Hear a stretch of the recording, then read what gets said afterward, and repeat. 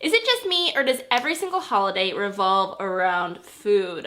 Hey guys, today I am here with some of my tips for surviving Thanksgiving. Now, if it were up to me, we would still celebrate holidays and we would go to someone's house and do something like high-fiving or video games or walk around the block together. How stuffing our faces became the key to a happy holiday, I have no idea. But unfortunately, I don't make the rules, and I don't decide that we are high-fiving on Thanksgiving. But how fun would that be, seriously? There'd be like no hot, sweaty kitchen, no cleanup, no crazy grocery bills. Think about it. But this Thanksgiving, I want all of you to consider these tips to hopefully have a happy and healthy Thanksgiving, but also a happy next morning. These are things that I do anytime that I'm going to like a party or a get-together that is surrounded with food. So not only for Thanksgiving, but these tips are helpful for the upcoming holidays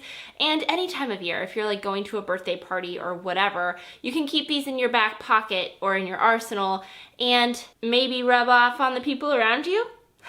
My first tip is to get some sort of exercise in the day of the holiday. And I know that Thanksgiving, everybody's off and they're relaxing. Maybe they're getting up early to start cooking or what have you. But make it a priority to get at least 15 minutes of something like a HIIT cardio session in. I have a video that I just made recently on a really simple workout, but it ramps your heart rate up and it really gets your metabolism going. So hopefully those calories that you eat later in the day can be put towards building muscle instead of put towards building a beer belly. I know I'm definitely gonna get a good lift in on Thursday morning and hopefully a cardio session. It just starts you off on the right foot and you never regret a workout, even on Thanksgiving. My second tip starts a couple days before Thanksgiving, and that is contacting your host and asking what you can bring. If you can bring a couple dishes to the event, you can healthify them yourself. Make sure they fit your diet so you know if all else fails, you'll have a couple things that fit into how you normally eat. I have a bunch of recipes for side dishes and desserts. Hopefully these can give you ideas of what to bring, but just make sure you call your host and be like, hey, I wanted to bring a few things. What can I bring? Or maybe shoot them a couple ideas and make sure you're not like double making something, so you don't want to hurt your host's feelings.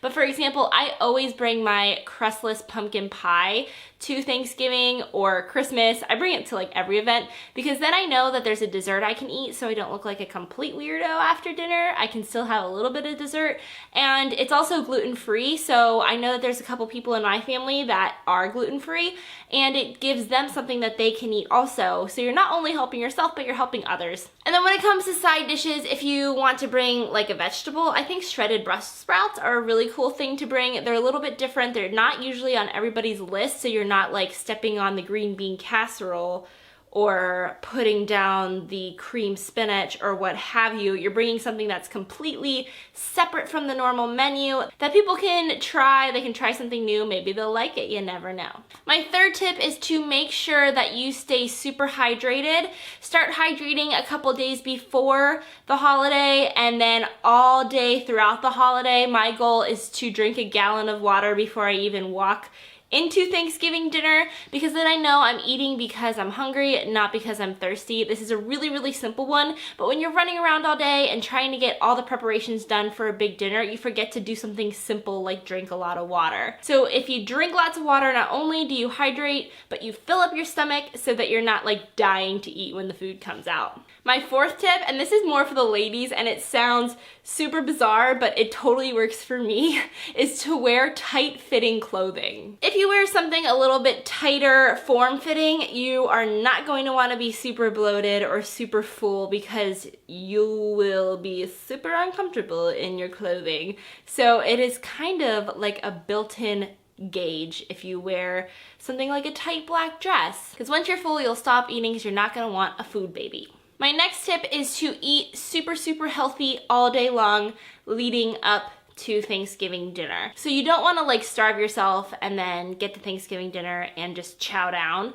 thinking that you're gonna save all your calories for Thanksgiving because you will overeat very quickly. So if you wake up and have really clean but filling food, like an omelet with tons and tons of veggies, a big green salad with a good healthy protein, maybe some like wild-caught salmon. If you eat stuff like that leading up to the big meal, your body's going to be satisfied because you're going to have lots of micronutrients from all of your greens and your veggies. All that fiber is going to have you pretty full. All that protein is going to keep you pretty full, and you're not going to gorge.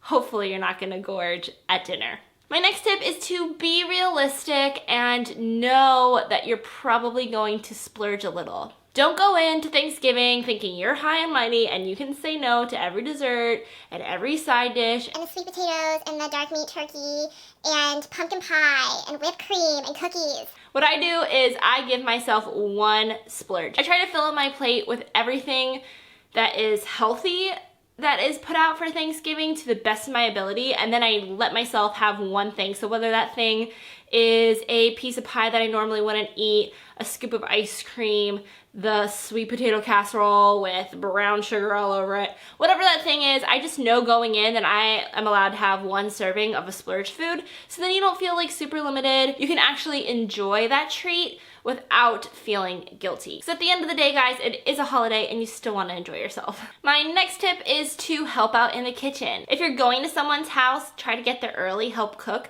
Maybe you can convince them to use real butter instead of margarine, or take the brown sugar on the sweet potatoes down a little bit, or whatever it is. If you can make a few healthy twists in the kitchen, you might be able to teach people things, and you might just make Thanksgiving dinner a little bit healthier. If it's at your own house, you have the freedom to put these twists on every dish if that's something that's important to you. Most people, to be completely honest, can't even tell the difference when you make like a healthy version of a dish. So I challenge you to healthify as many Thanksgiving sides as you possibly can. Plus, when you're up and you're in the kitchen, you're moving around and you're not sitting on the couch binge watching football, drinking beer, and eating all of the beautiful, cheesy, wonderful appetizers that people usually have out on Thanksgiving. All right, guys, those are all the little things that I do to make my Thanksgiving as healthy as possible and to wake up the next morning feeling good and ready to go and getting back on track. If you guys personally have some tips and tricks that you'd like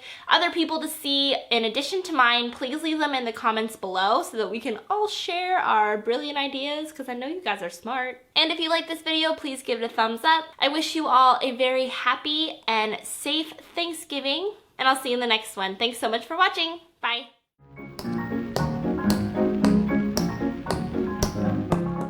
Who doesn't eat on Thanksgiving?